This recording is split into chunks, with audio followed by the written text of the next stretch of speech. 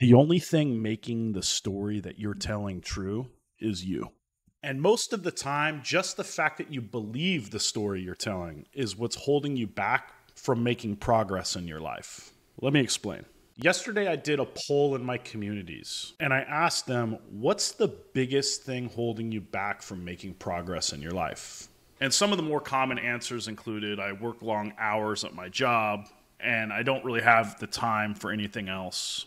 My wife isn't supportive of, or she even sabotages my goals. I have an injury that's stopping me from making the progress that I want to make, or my age is holding me back from doing the things that I want. I even had a few people in my messages saying that they just weren't sure where to start. Now, before I get into this, I just want you to take a second and picture yourself lying on your deathbed in a situation where the only thing that you have left to ask for is more time. Do you think any of the stories that you're telling for why you aren't where you want to be will hold water then? Do you believe that those stories will offer ample justification for why you failed to leave the legacy you could have left?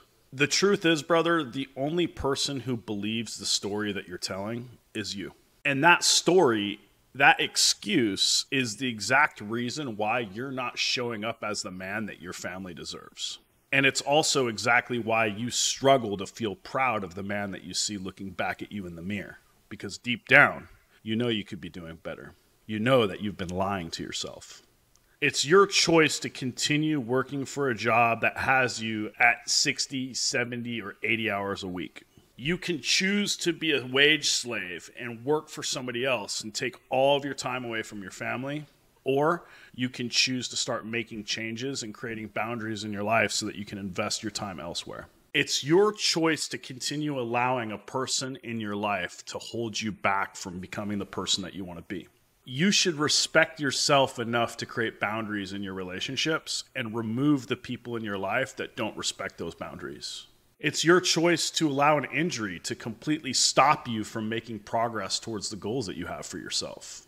You should be trying to find a way to work around that injury or even focus on another aspect of that goal that doesn't involve being physical, like your nutrition.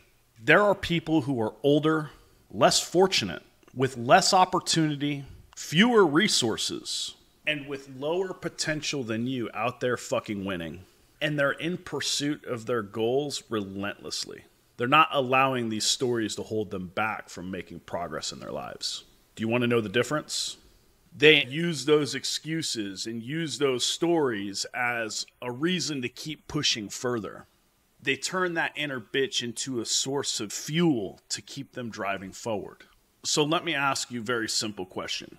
What if instead of telling yourself all of the reasons you can't, you instead started asking yourself how you can? How would your life be different? The very first step to reaching the goals that you have is to start taking some ownership. It's your fault you are where you are in your life. Where you are today is because of the decisions that you made yesterday. You have to stop lying to yourself. And I know it's hard, but honestly, brother, nothing in life worth having comes easy.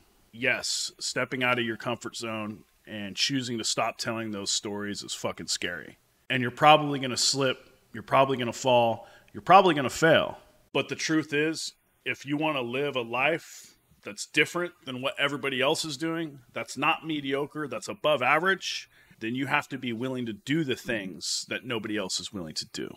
And it starts with taking ownership.